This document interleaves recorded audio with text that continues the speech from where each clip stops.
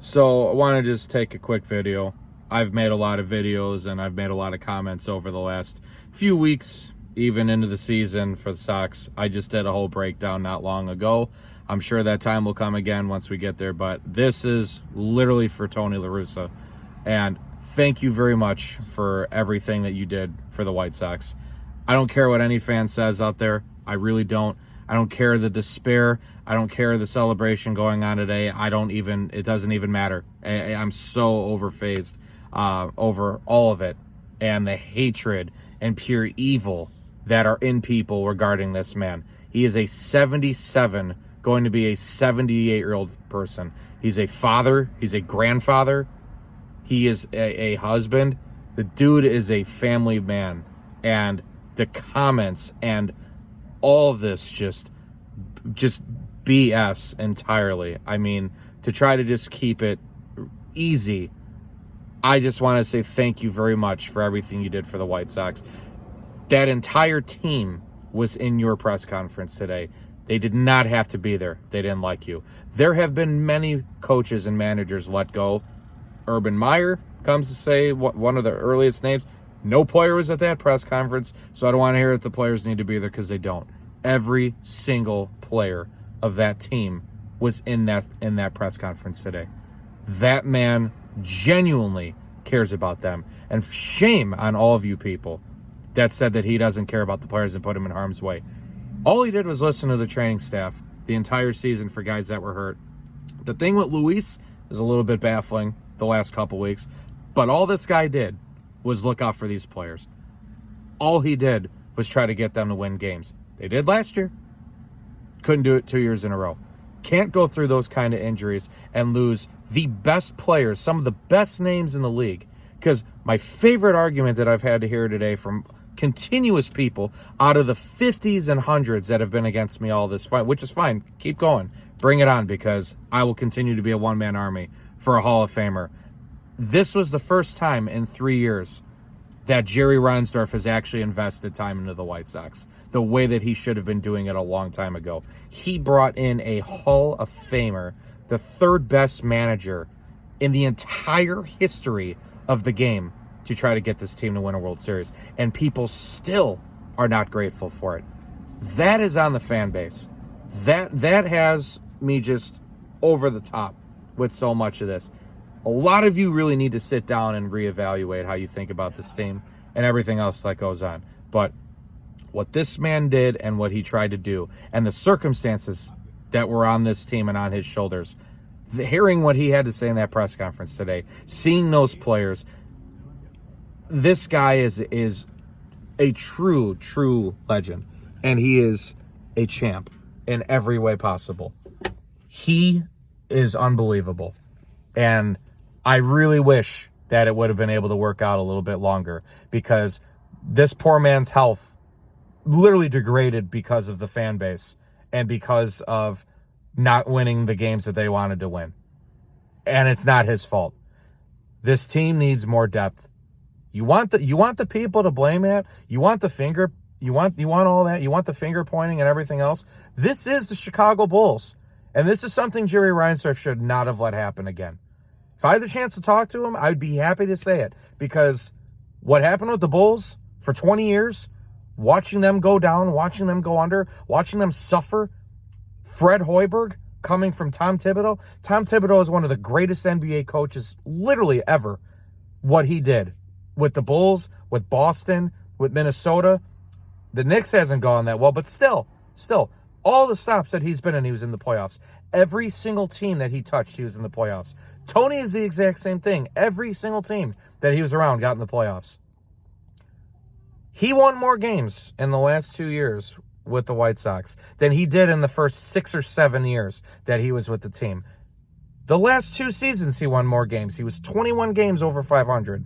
Check the data. It shows the data. I can't even continue. Well, actually, I could, but we'd be here until next year. It was a thank you video here. Rick Hahn and Kenny Williams, the job that you two have going forward, God bless you, because you both have failed this organization. You both have not developed players. You both have not drafted. You both have not been able to land premium free agents. Neither of you had enough power to go to your owner and say, Jerry, we love you. We care about you. We're doing this on our own. We're taking this out of your hands. Neither of them were able to do that. Same thing with the Bulls. The national media and the national awareness at that All-Star game in 2020 was the reason that we changed up. It had nothing to do with the production of the relationships. We literally had enough happen and enough people call out such a legendary based team in the Bulls that we had Garpax in there for 20 years. They could never land a top free agent when top free agents wanted to go to the Bulls. They made it such an unattractive place because they brought in jamokes like Jim Boylan and Fred Hoiberg and other people because they couldn't deal with adversity. They couldn't deal with a guy like Tom Thibodeau telling them off because he knew basketball. Tony La Russa is the ultimate baseball guy, and he had that locker room. They just were not healthy enough to see at the end of the day. They were not able to get done what they needed to get done. And Rick Hahn and Kenny Williams did not want Tony because they knew Tony was higher than them. They blame Tony La Russa, and they are trying to lead me, a real diehard of this team, to believe that they actually are going to put it together. They haven't put it together in 15 years. Why the hell would I sit here now and believe that they're going to do it now? I have literally no confidence and faith in these two guys at all. Why should any of you? Why should anybody believe in Rick Hahn or Kenny Williams?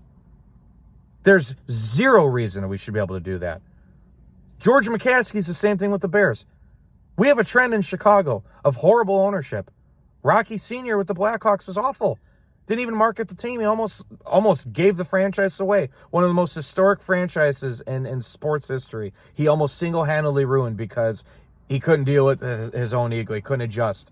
Couldn't market the team. Couldn't put him on TV so people could see him. Couldn't get him on the radio. Couldn't do things he needed to do. He leaves. The right ownership group comes in. They win championships. It was his own son that was able to come in and lead the right group of guys. Literally, it went from one regime to the next, and there was nothing but success in a dynasty. It started with Dale Talon. It went to Stan Bowman. Bowman made incredible moves. He made bad moves, too. That's going to happen. Same thing with Tony. Tony was in the front office, too, with the White Sox. Made some bad moves. Made some really good ones, too. Got him in the playoffs last year. The only manager they've actually won with that I can remember in a full season, because Rick Renneria never did it in a 162-game year. He did it in a COVID-shortened season. Tony La Russa is the only manager to win a division with this team in literally almost 15 or 20 years. Ozzie Guillen was the last guy to do it. That shows you everything that you need to know right there. No matter how much you people hate Tony, no matter how much you want to blame him, he is not the problem with this organization. It is Rick Hahn and Kenny Williams. Those are the two to look at. And Tony had to leave because of health.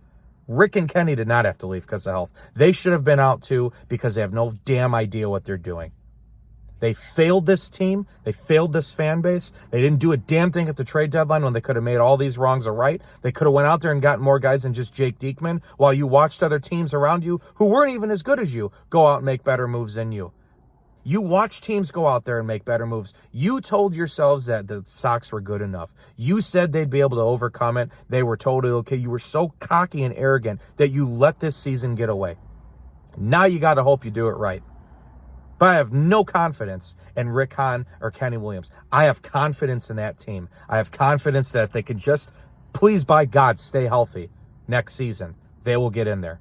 But Blackhawks took a while, but they figured it out with new ownership. The Bears still don't have the right regime. They still don't have the right owner. They will not have the right ownership.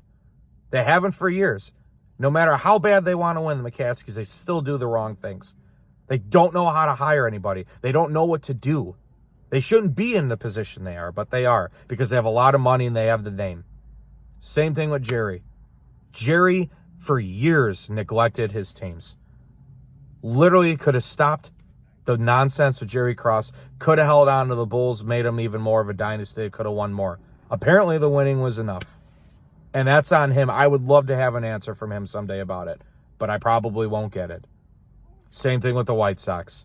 He opened up the last 3 years, started spending money he had never spent before. All of a sudden, will not go over $200 million because that's a luxury tax. Why are you going to spend 180 or 190 million when you're not going to go the extra mile if you're not going to draft and develop? Your front office can't do it. So if you're not going to be able to draft and develop, and you're going to keep these two in there, and you're going to waste more time, almost 2 decades worth, you're going to waste more time like you did with the Bulls. Take a look at them.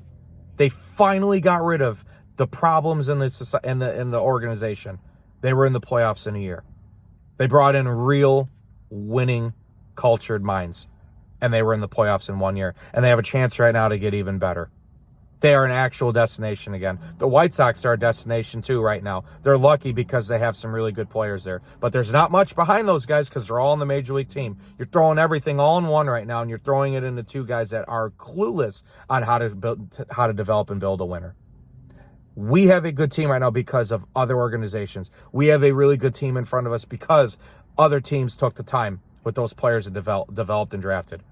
We got fortunate with the trade market because we traded our 2 players who couldn't stand what was going on in the front office. Eaton and Sale couldn't take the organization anymore. We got all of our return from 2 solo players. And Quintana, 3 players, we got all of our team. Pretty much. And then Tony La Russa comes in, we complete the rest of the roster. A majority of it. We complete more names, bring in players in here that we never would have had with Rick Rennery or other players.